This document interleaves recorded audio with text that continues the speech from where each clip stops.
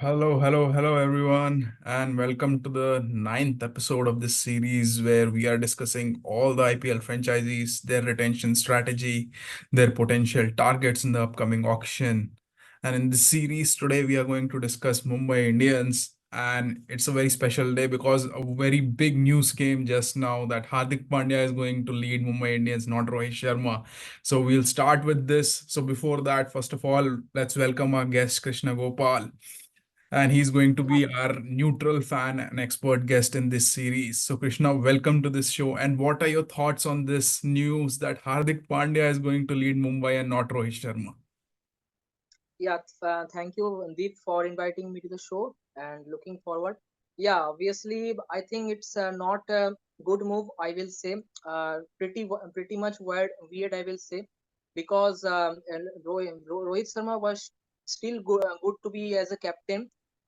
We all know that Hardik obviously will be. It's an obvious choice that Hardik will be captain after Rohit, but it's an early call by Mumbai Indians that. Maybe I thought that maybe one more year he will be captain 2024, and after the 2025 there will be mega auction. There's the thinking upon Mumbai Indians which three players will be retained. Like Surya Kumar Yadav will be obvious, Bumrah will be obvious, and there's a choice between either Rohit or the Hardik. That's the issue. So that's from now only they have thought that to make Hardik captain, and that's why I'm saying that it's too much early. So I'm not happy with this decision. Yeah, definitely. And a lot of Mumbai Indian fans, they didn't expect this coming because they were kind of expecting that because Rohit Sharma is the captain of India's T20 team, that he will also lead Mumbai Indians. But let's see how this season pans out for Mumbai Indians. But before that, let's do a quick recap of their batting performances in the last season. And if you see, yes, there was Surya Kumar Yadav, the star of Mumbai Indians. He was performing really well. Cameron Green was performing really well, but they traded Cameron Green. So Cameron Green is right now not available. There was Tilak Verma who was doing well. Ishan Kishan was performing in bits and pieces. Then there was this guy, Nihal Vadera, the impact player. So overall, if you look at this batting lineup, the names are there, very good players. So how do you see any loopholes in their batting lineup based on last season's performances? First of all, Mumbai Indians really have a solid batting core. Till number 7, you can say that it's a, I mean to say, proper batting, and their strength is only batting, because till 6, if you can notice that all Indians are there, and at 7 you can play Team David, so you don't have to depend on overseas batter.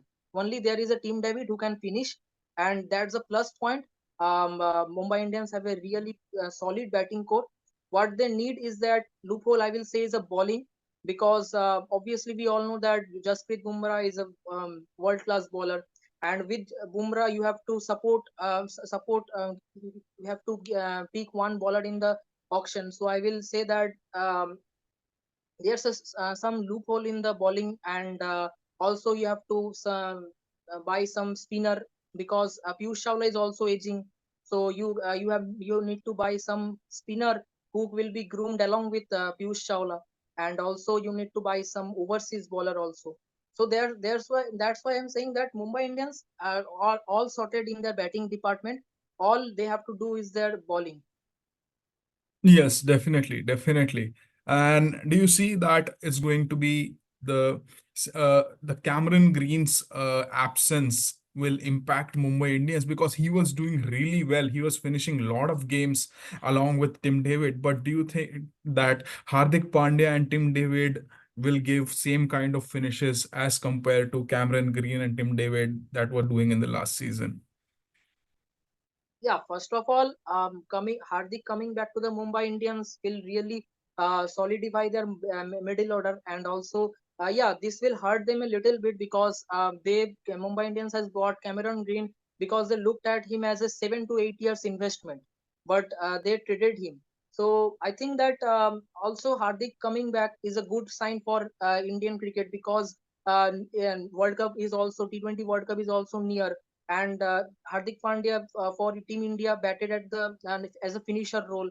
He bats at number 6 also, and here also he can bat at number 6. So for Mumbai Indians. So I think that it's a good for Indian cricket and leaving Cameron Green. I won't be very much surprised because you got one Indian equivalent of Green. So it's a good, I will say. Yes, definitely, definitely. Now let's move on to their bowling, which is of a concern. And if you look at last season, Piyush Chawla was the main guy, and then we saw the emergence of Akash Madhwal. Madhwal was doing really great. So do you think that right now, along with Bumrah, so Bumrah and Madhwal, their pace bowling is kind of the Indian core is sorted, but it's the overseas slots because they let go of Meredith, and then Jordan wasn't performing well, Archer wasn't performing well. So I think that's a bit of concern. But with the budget that they have, they can look at a lot of big guys. Yeah. When they have, I think, only 17 crores, so they can they will obviously bid for superstar like Pat Cummins, Mitchell Stark, but they can't go because all teams are looking for Mitchell Stark, Pat Cummins. So what I will say is that since you have a Mumbai Indians coach is Sri Lankan, Jayavardhan, and Lasith Malinga is also back, I guess. So you can for me, I think that Dilshan Madhushanka will be ideal, who can be a new bowler with Jasprit Bumrah, and he was really impressive in this World Cup. He picked bulk of wickets in the death over also. So for me, Dilshan Madhushanka. And another left arm pacer. Why I'm saying that? Obviously because Mumbai Indians obviously are always target their left arms overseas. You have earlier in the past you had Mitchell Johnson, McLengan. So I think that maybe I think this there is one guy called Spencer Johnson. Spencer Johnson, I think he's a really lethal, really effective with the new ball. So I think that Madhu Shankar and Spencer Johnson for me will be the target for Mumbai Indians, and uh, some Indian youngster like Kartik Tyagi, I will say. Then Shivam Mavi, I will say, because I this won't be go this won't go so much like above 8 to 9 crores. They will go, they will easily get around 5 to 6 crore like Kartik Tyagi and Shivam Mavi also. So that's the target, that should be the target for Mumbai Indians. Yes, definitely, definitely. And as you mentioned, that apart from Piyush Chawla, they don't have a really good spinner. When they are playing in Wankhede, Piyush Chawla is good enough. But when they go outside of Wankhede, especially in other slower tracks, they don't have anyone to accompany Piyush Chawla. They should definitely upgrade Kumar Kartikeya or for that matter. So, do you have any players in mind, the spinners that MI will target? Do you see Vanindu Hasaranga coming to Mumbai Indians? They definitely need Vanindu Hasaranga, but I think that the budget, I think the Vanindu Hasaranga is going. For me, the guts. I think is he is going to SRH because SRH has a huge budget. So I think that we around 2 to 3 crores they will go. They will get in cheap like Adil Rashid, then Mujibur Rahman. They will be good in this away pitch also. And also you have Piyush Chawla as a leg spinner. You let go Ritik Shokin. I was really surprised that you don't have any offie. So I think that for me, I will say that yeah, in the playing 11, you have only two in the playing 11. You have only Team David and Jason Barandov as a overseas. So why can't you target another overseas in the auction? Like for me, the off spinner I will say is that Mehdi Hassan Miraj you can go for. Mehdi Hassan Miraj is a really brilliant all rounder with the bat and also with the ball. So Mehdi Hassan Miraj I will say. Then Adil Rashid, as I mentioned, and Vanindu Hasaranga is obviously target. I will say that they will go for Vanindu Hasaranga. They will obviously bid, but they can't take him. And another spinner coming to my mind is that Dunit Velalage because Sri Lankan connection is there. So I think that Dilshan Madhushanka is a spacer and Dunit Velalage is a spinner. I will say so they can target for these 3 to 4 spinners. Yeah, and any thoughts about Keshav Maharaj or Shamsi? Will they fetch any bids, or will Mumbai be Yeah, yeah, yeah. interested in them? Yeah, I think that not Shamshi because you have like to like bowler like Kumar Kartik. Yeah. So I think that Shamshi will won't be there. Keshav Maharaj is brilliant choice, I will say, because he can bat at number 7, number 8 for South Africa. Also, he is really he can really good bat also, and also he's a very economical bowler. He's nowadays is very improving and taking wickets in every match. So I will say that Keshav Maharaj is also good. Yes, definitely. Let's move on to the retention strategy, and there are some very uh, some of the decisions are have raised a lot of question marks, especially the Cameron Green one. But then they've let go of Jofra Archer, they've let go of Jai Richardson, Duan Jansen, and then Riley Meredith and Chris Jordan. So a lot of pacers have gone.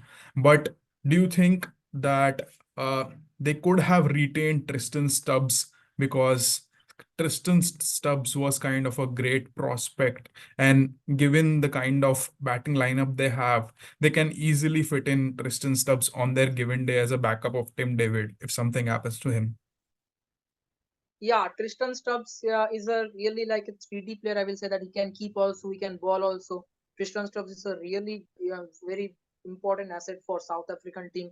And Tristan Stubbs, I also expected that he should be retained, but really surprised why he was released. I can't understand, because you can't rely only on Team David as a finisher.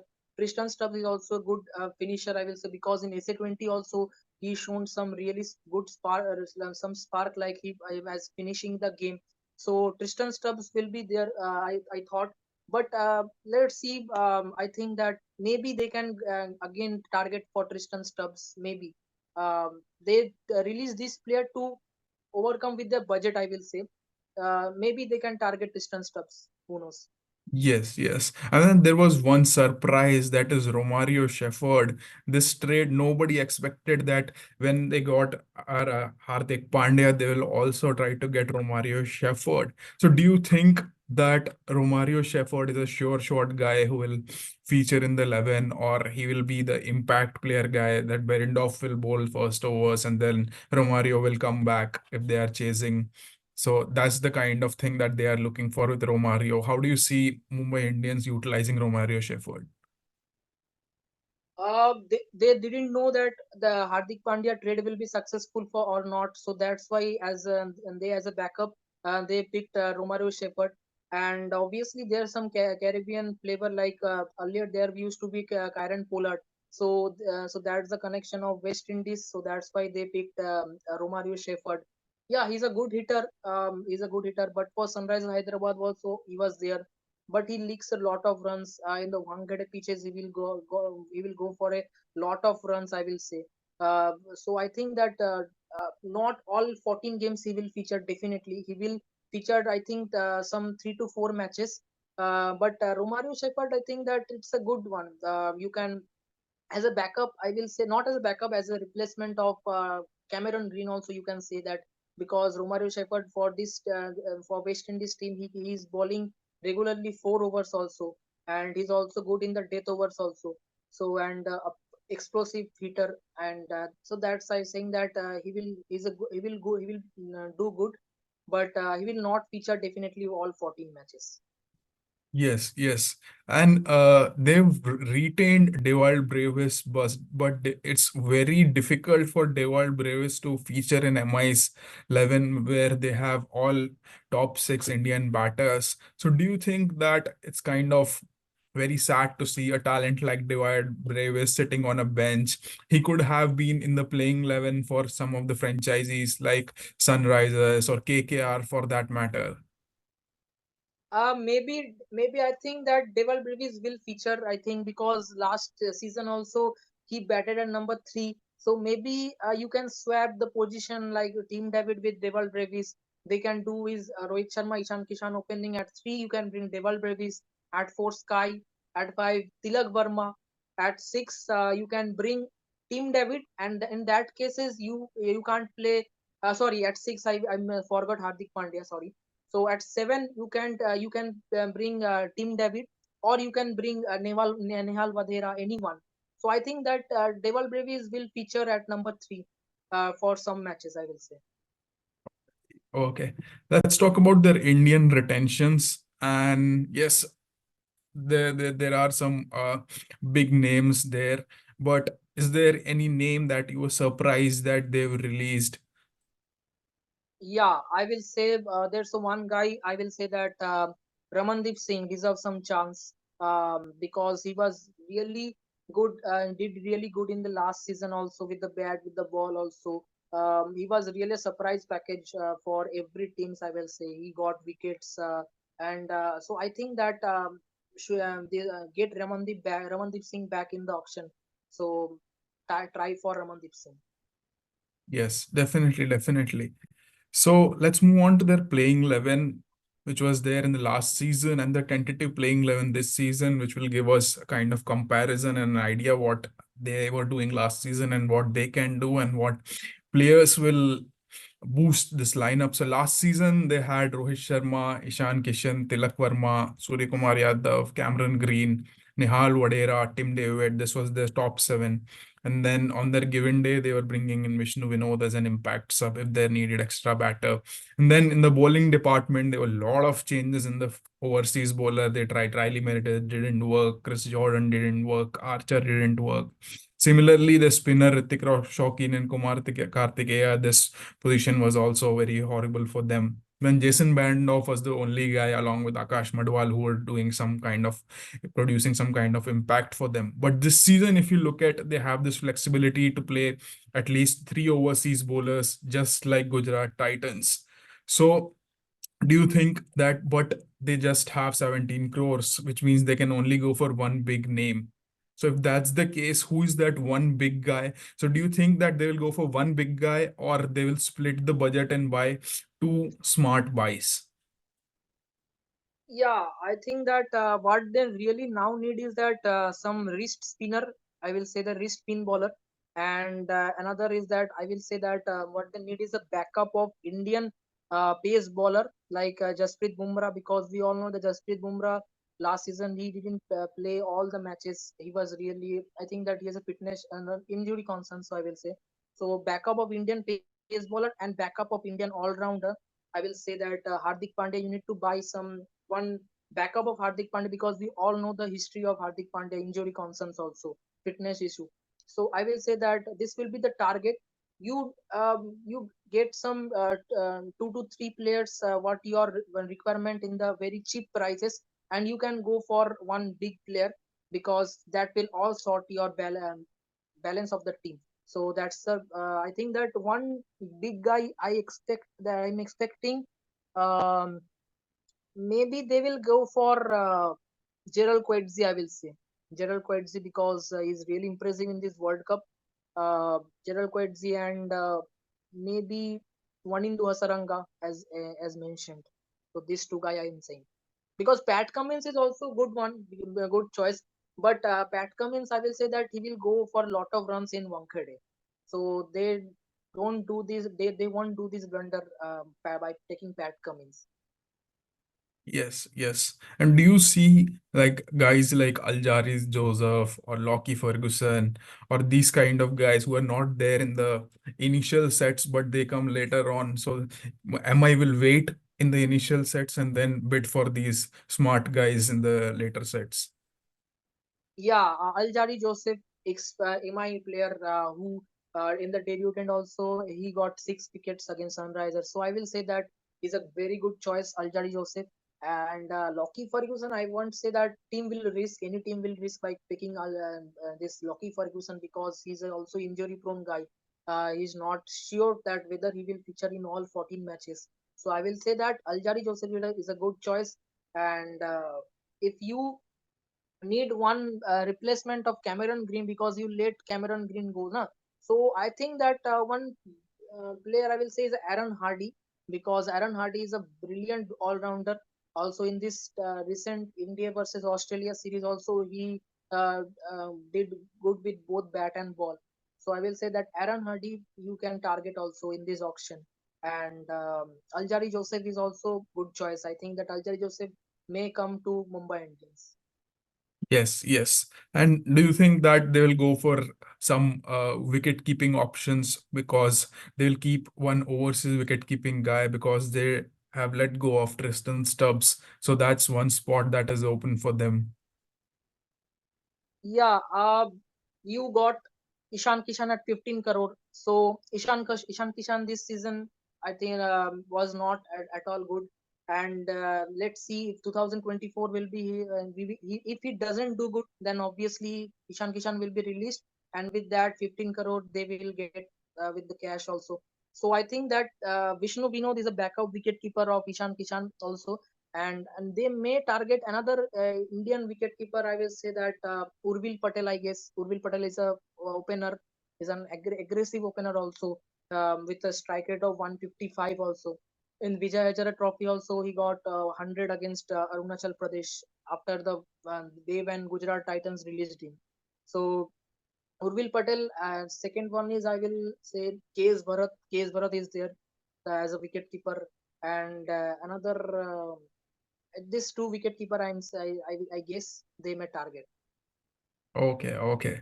So it's going to be all very, very smart, wise, and then definitely one big guy. The spin department, they just need to boost. And if Hasaranga comes in Mumbai setup, or maybe Dilshan Madhushanka comes in Mumbai setup, then it's going to be a really good bowling lineup, even in Wankhede and outside of Wankhede, given the kind of batting lineup they have. So your one prediction, who is going to be the first player that Mumbai will buy in this auction?